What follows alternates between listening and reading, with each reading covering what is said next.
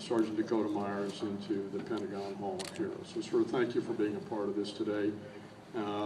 Pete Corelli, thank you for being here, brother. Vice Chief of Staff of the Army, a good friend of the Marine Corps. He's commanded Marines in Iraq, and he's a personal good friend of mine. So, Pete, thank you for being here, and thank you for being brothers in arms. I appreciate that. We have a host of Medal of Honor recipients. They're right over here. They have been with us for the last 2 days. Men, thank you for honoring Dakota. Thank you for your faithfulness for these years and for sustaining that unique brotherhood that comes from those few remaining Americans that we have alive that wear that Medal of Honor. Thank you for being here. And for my fellow general officers and flag officers, both active duty and retired, our soldiers, our brothers from the other services, our sisters, thank you for being here. Today we talked in really the Pentagon Auditorium only because the Hall of Heroes was too small. We couldn't fit everybody in there that wanted to come for the ceremony to unveil Sergeant Dakota Meyer's name on the wall of the Hall of Heroes. Secretary Mavis talked at length as he described the actions that took place in the early morning hours and lasted well past noon that ended up bringing Dakota Myers to Marine Barracks, Washington tonight. The last 2 days have been almost magic. Magic is almost, it sounds too shallow a term. But yesterday, we went to the White House. And there's a big portion of Dakota's family here.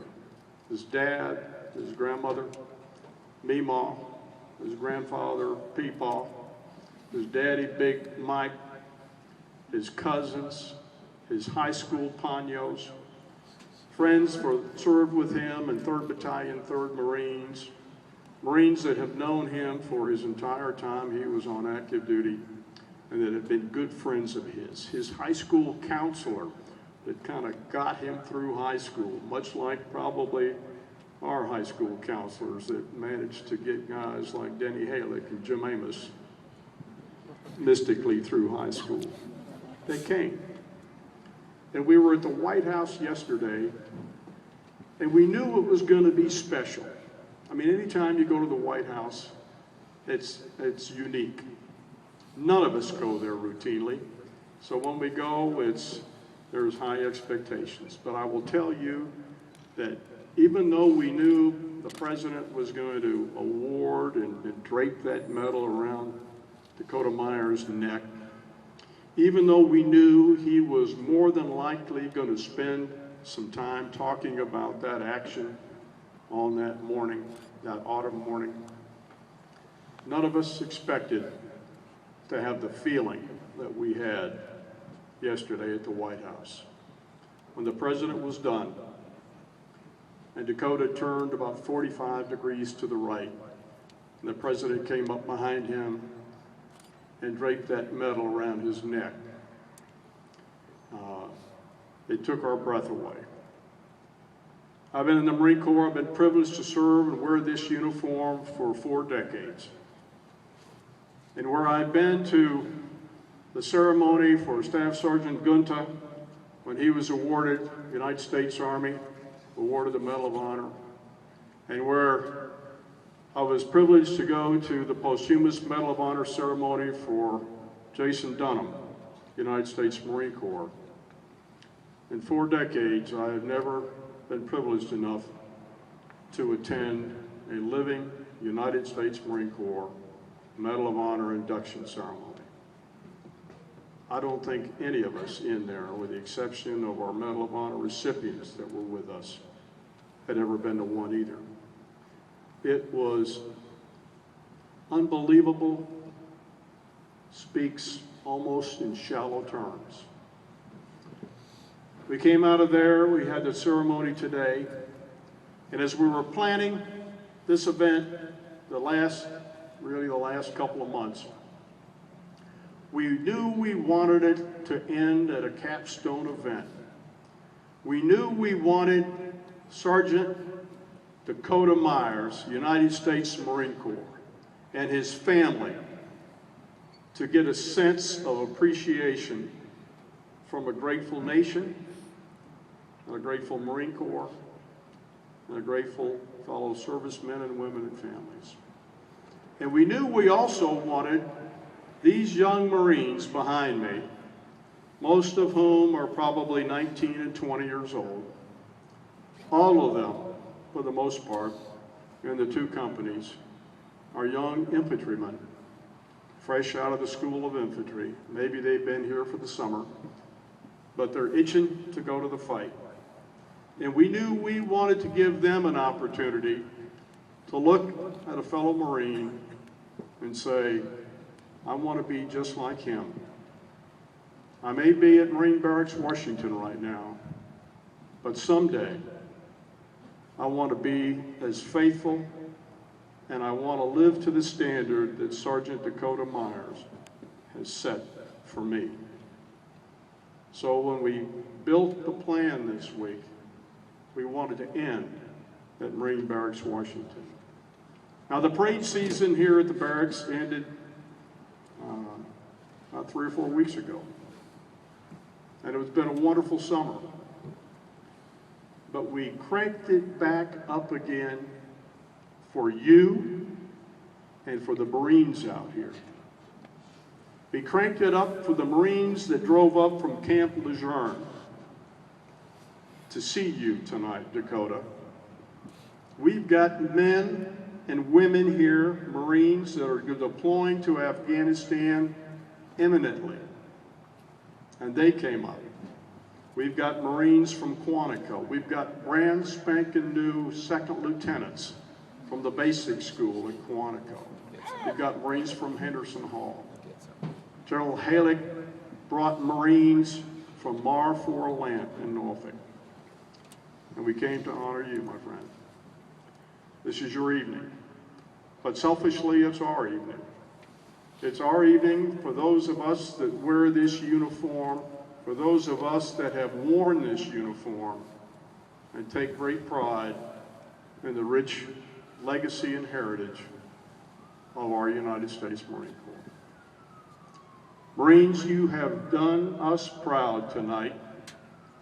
Marines of Company A and Company B and the band and the Commandant Zone and the staff, thank you for honoring our fellow United States Marine.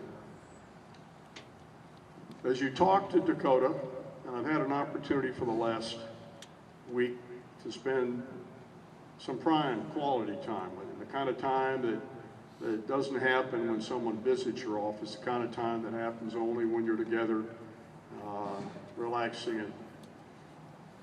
And the single adjective that I can describe this young Marine is humility. He is a humble young man. He bristles at anybody that calls him a hero. It's not false. He thinks of those those three Marines and that young corpsman, the Doc, who he found on his 5th trip into that fire sack. He thinks of them. He doesn't call himself a hero. He was with his fellow teammates, and they went in 5 times under hellacious fire. He made the comment in his interview, you probably saw it on TV. He said, it wasn't a function of did I think I was going to die. I knew I was going to die. Now you think about that.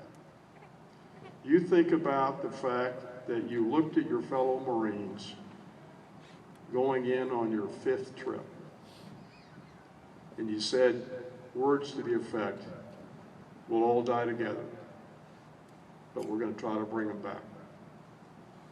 Ladies and gentlemen, our motto is Semper Fidelis. You know that. Those of you that know us, those of you that are Marines, it means always faithful. That last word, fidelity, means faithful almost to a fault. And Dakota, that's what you were. You were faithful to those Marines that you brought out. You were faithful to those Afghan soldiers who are alive today because you and your team decided that you were willing to sacrifice your lives. Not if, but you were willing to sacrifice your lives. I made the comment today, I said, what kind of a man would do this? To sacrifice his life for men whose language he did not speak, for men whose names he more than likely did not even know, and men who came from a country that is not his own. And yet there are at least 30 or so Afghan soldiers that are alive today because Sergeant Dakota Meyer and the team that he so valiantly inspired jumped in those vehicles and went into the fire sack 5 times. The last time he brought back the bodies of our 4 fallen Americans. Those moms and dads and those wives of those 3 Marines and that 1 corpsman will be grateful to the day they die for the courage and fidelity of this young corporal, now Sergeant of the United States Marine Corps. So Dakota, tonight is for you. It's not a performance like a Hollywood performance. It's a performance that's heartfelt. It's a performance that every Marine back here in this formation, every one of us that drove up from Norfolk and Camp Lejeune, every one of us that live in the Washington, D.C. area in Quantico, all our friends of Marines, retired Marines, and our friends of our Corps have come to honor you. My friend, you have made us proud. Your parents have done well in raising you. God bless you, my friend, and the rest of your life. Semper Fidelis.